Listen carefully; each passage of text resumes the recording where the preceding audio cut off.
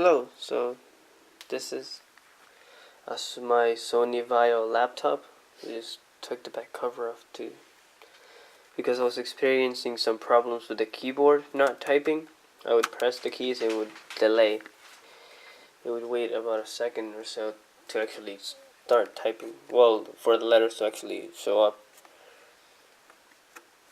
Meanwhile, I'll just give a small tour of it.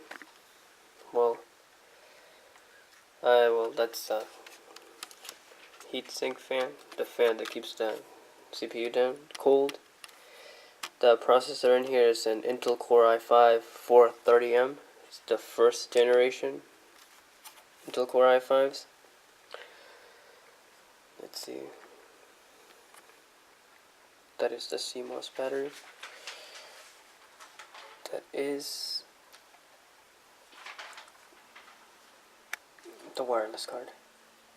Something interesting about this computer is that these three USB ports. Yep, those three, as you can see, are not connected.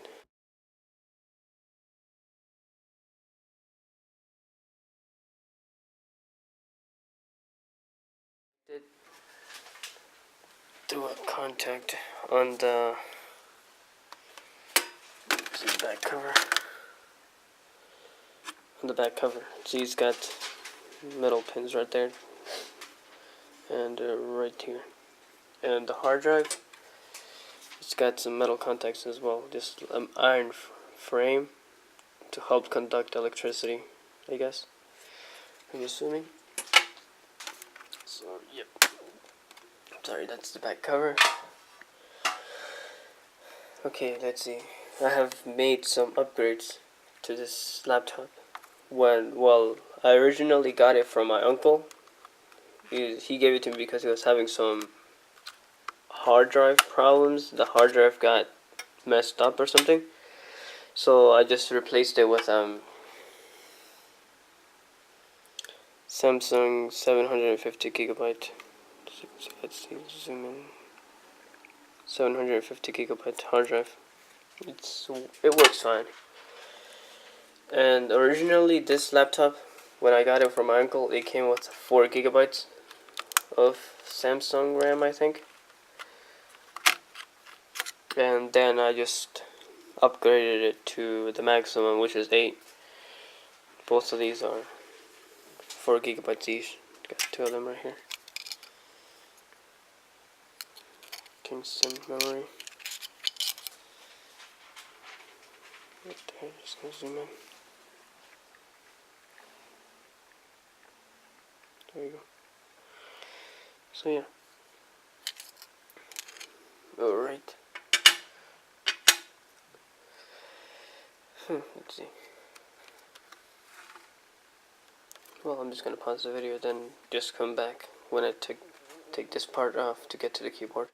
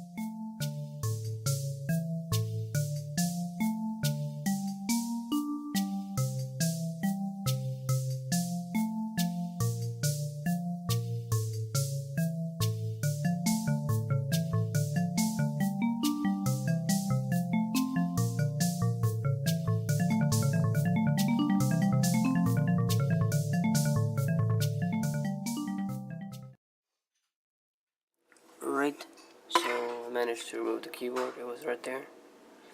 It was held in place by this little thing right there. In order to lock it, all you need to do is just push it inside, and to unlock it, all you need to do is just pull it out. You can see it came out. Then to lock it, just push it in. Here's the keyboard itself.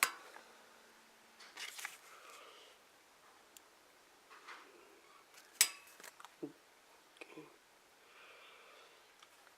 There it is. So I needed to take off 2 screws, as you can see from here and here.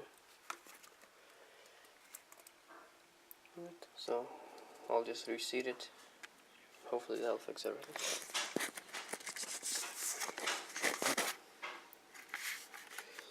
Also, something to note. This little part right here, you pull it out, and wait, let's see if I can get it. Pull it out, then you can pull it up, move it up. Let's see if I can just take it out. Pull it out, then you can lift it up. You can see it. Let's see. There we go. Pull it out. Then you can lift it up. Alright, so I got the keyboard out.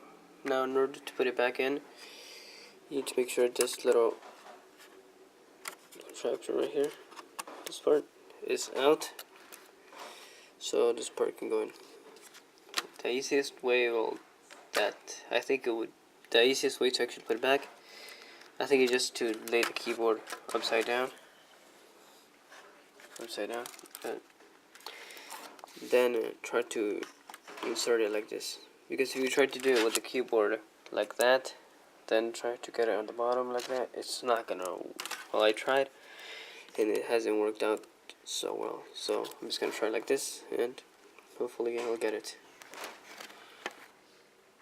Right, so I have managed to put everything back successfully. I had to get some tweezers to hold a little part to actually clip it on, just to hold it up. Then insert the ribbon cable, then just let it go and press it down. That's it.